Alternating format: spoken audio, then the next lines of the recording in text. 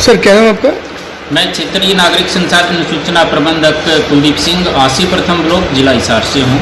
Sir किस तरह का पोर्टल है? काफ़ी बार जो फैमिली आईडी में करेक्शन होती है या काफ़ी चीज़ें लोग अनदर प्लेटफॉर्म पे जाके करने की कोशिश करते हैं, लेकिन सरकार ने किस तरह की मुहिम अब नया ऐप स्टार्ट किया है? मैं हरियाणा प्रदेश की जनता को आपके चैनल के माध्यम से विस्तार से यह बताना चाहता हूँ कि एक मेरा परिवार .हरियाणा.gov के नाम से एक पोर्टल है, जिसको हम आत्मनिर्भर पोर्टल के नाम से भी जानते हैं, समृद्ध परिवार समृद्ध हरियाणा।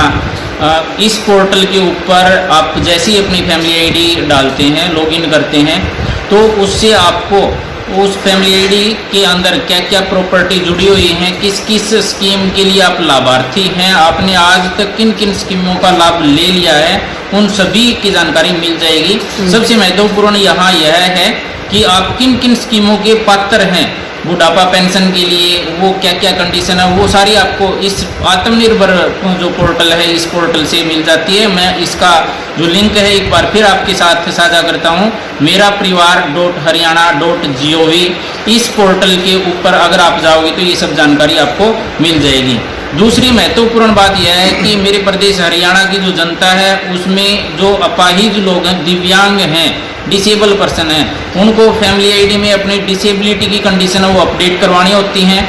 कुछ टाइम पहले दूसरे पोर्टल के ऊपर वो अपनी ये जो कंडीशन थी वो अपडेट करवाते थे, लेकिन अभी उस पोर्टल पे कुछ एरर आता है। वो सब साथी मेरा परिवार .हरियाणा.gov पर जाएं और अपनी डिसेबिलिटी की जो परसेंटेज है, परमानेंट है, टेम्परेरी है, वो अपडेट कर दें, ताकि आपकी जो पेंशन है इस प्रकार के इस वर्ग के जो साथी हैं उनकी जो पेंशन है हरियाणा सरकार की तरफ से जो दी जाती है उसका वो फ़ायदा उठा पाएँ। तो आप बिना किसी देरी के इस पोर्टल पर जाएं और अधिक से अधिक जानकारी आप पोर्टल के माध्यम से ले सकते हैं। विशेष रूप से दिव्यांग जो साथी हैं वो अपनी जो डिसेबिलिटी कंडीशन वो अपडेट कर दें।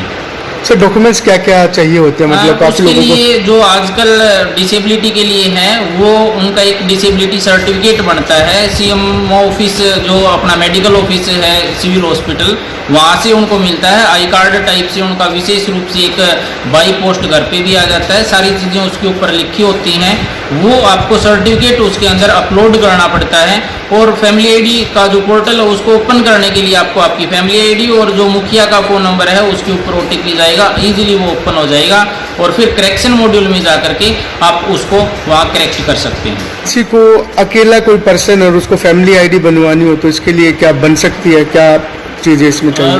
परिवार पहचान पत्र जो विशेष रूप से सिंगल पर्सन है, अकेले व्यक्ति है, हरियाणा में इस प्रकार के बहुत सारे लोग देखने को मिल जाते हैं, उनकी फैमिली आईडी बन रही है, किसी प्रकार का कोई उसमें संशय नहीं है। आप डायरेक्ट किसी भी ऑपरेटर के पास जाएं जो परिवार पहचान पत्र के ऑपरेटर हैं। आजकल हर गांव में आपको एक लोकल ऑपरेटर मिल जाता है जिसको CPLO के नाम से जानते हैं, वो इस काम में बड़ी अच्छी मदद कर रहे हैं।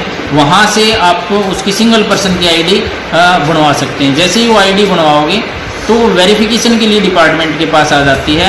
डिपार्टमेंट उसको वेरीफाई करके अप्रूव या रिजेक्ट कर देता है। जैसे ही वो अप्रूव या रिजेक्ट होती है तो उसके कुछ टाइम बाद वो अपनी परिवार पहचान पत्र को, अकेले का पहचान पत्र है, उसको पोर्टल से निकलवा सकता है और उसके फ़ायदे ले सकता है।